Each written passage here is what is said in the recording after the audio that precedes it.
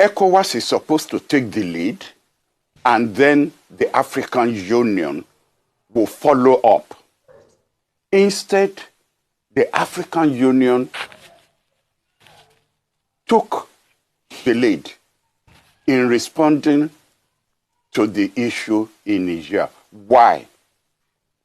This was something masterminded by South Africa to thumb President Tinubu in the face. It was an anti-Tinubu action by the African Union. Why do I say that the South African is behind this? There's a video that is going around which showed an analysis on South African television station, which blames Tinubu for the coup in Niger, that it is because President Tinubu is illegitimate, because his election is contentious, etc., that the coup had happened. Now, this is coming from a nation where their president has an anti-corruption charge still hanging around his neck, and which the majority view, the majority party, the ANC, in parliament, he had used to overturn the decision of a judicial panel which had found him guilty of corruption. This is coming from the same South Africa that is now blaming President Tinubu. So the AU stepped quickly into the breach in order simply to thumb President Tinubu in the face.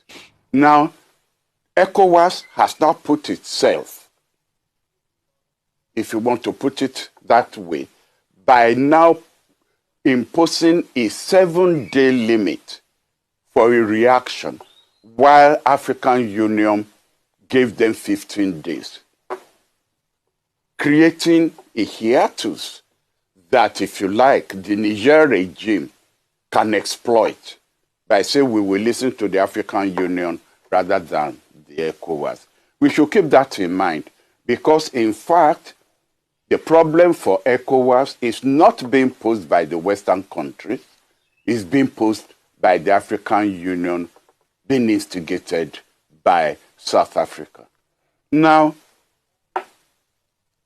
we have the decisions taken by ECOWAS yesterday, and it's as blunt as they come.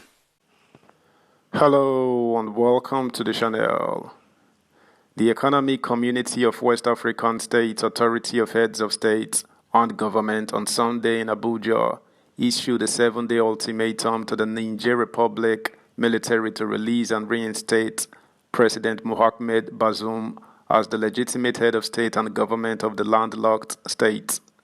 But in a swift reaction, the Niger putschist rejected the call and warned ECOWAS against military intervention, saying, "We want to once more remind ECOWAS or any other adventurer of our firm determination to defend our homeland." ECOWAS Authority of Heads of State and Government held an extraordinary meeting on Sunday at the House of Rock Presidential Villa, Abuja, to discuss the next line of action on the developments in Niger Republic. Recognizing Bazoum as the legitimate president, the bloc rehashed its earlier resolution to explore all measures necessary to restore democratic governance in Niger. Such measures may include the use of force. To this effect, the chiefs of defense staff of ECOWAS are to meet immediately. President of the ECOWAS Commission, Omar Toure, said when he read a communique at the end of the extraordinary summit on the socio-political situation in the Republic of Niger. The Punch reported that members of the Nigerian Presidential Guard detained President Bazoum and later declared General Abdurrahmane Chiani as the nation's new leader. Chiani, who has headed the Presidential Guard since 2011, said he was the new president of the National Council for the Safeguard of the Homeland. The military also issued a warning about the consequences that will flow from any foreign military intervention, saying certain dignitaries are, in thinking of confrontation, which will end in nothing but the massacre of the Nigerian population and chaos. But reading the communique of ECOWAS leaders on Sunday, Toure said the bloc had resolved to recognize only official acts of President Bazoum or his duly mandated officials, rejected any form of resignation that may purportedly come from him, and considered the illegal detention of President Bazoum as a hostage situation. Aside from the 7-day ultimatum, the ECOWAS authority at the summit also imposed immediate sanctions on Niger, including the closure of land and air borders between member states and Niger. They also imposed the no-fly zone on the Niger Republic and suspended all commercial flights to and from Niger. They also suspended financial transactions between ECOWAS member states and Niger. Furthermore, assets of the Republic of Niger in the ECOWAS Central Bank, Niger state enterprises, and parastatals in commercial banks will be frozen. Niger will also be suspended from all financial assistance and transactions with financial institutions within the ECOWAS. Therefore, ECOWAS called on the West African Monetary Union and other similar regional bodies to implement these resolutions. Additionally, the bloc imposed immediate travel bans and froze the assets of the military officials involved in the coup attempt, their family members, and civilians who agreed to participate in any institution or government established by the Chiani-led regime. Toure revealed that the authority of heads of state had appointed and dispatched a special representative of the share of the authority to Niger immediately to deliver its demands. In his remarks, Nigeria's President Bola Tinubu, the chairman of the ECOWAS Authority of Heads of State and Government, called for swift implementation of these resolutions, demanded that the coup plotters surrender and return to their barracks.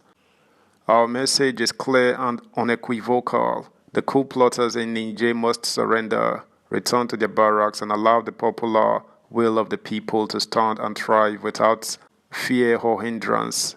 They bear full responsibility for any breakdown of law and order, including the current atmosphere of fear and uncertainty in the country that has arisen from the military takeover.